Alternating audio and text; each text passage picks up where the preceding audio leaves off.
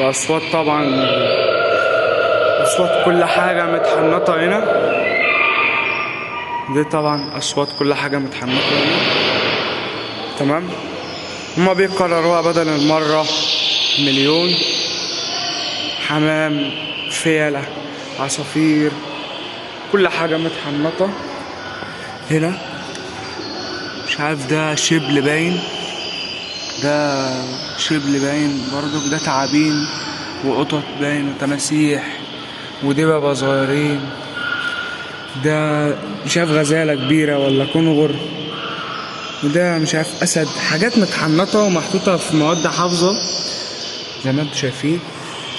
دي قرون وبيض نعام. ده سمك قرش متحنط برضو. تمام. دي بقى رؤوس حيوانات متحنطة، دوالب رقم 3، دولاب رقم 3 برضو. هنا بقى طيور مع سمان مع فران، حاجات من دي زي ما انتوا شايفين برضو.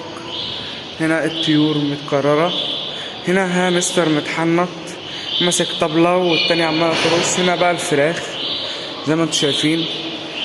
ماشي، انا كده بنزل كذا حلقة ورا بعض على اليوتيوب.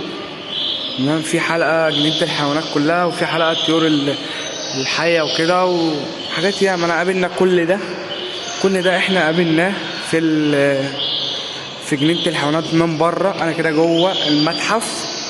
هنا بقى صقور وغربان فما تنساش تعمل لايك وسبسكرايب في القناة عشان يوصل لك كل الفيديوهات اللي بتنزل.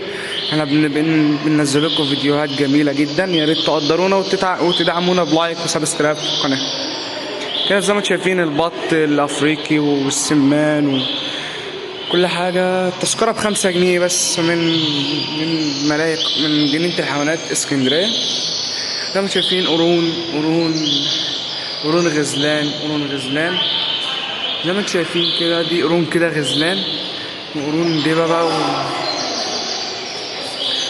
فما تنساش تدعمونا بلايك وسبسكرايب في القناة عشان يوصلك كل الفيديوهات اللي بتنزل.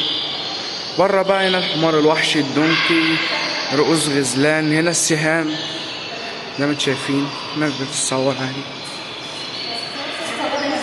عادي برضو. كل حاجة موجودة هنا. تمام. صور أسد برضو، كل حاجة وليها الأماكن بتاعتها زي ما انتم شايفين. أنا في المراية أهو. أنا اشتريت سلسلة من سوق من القلعة طبعا.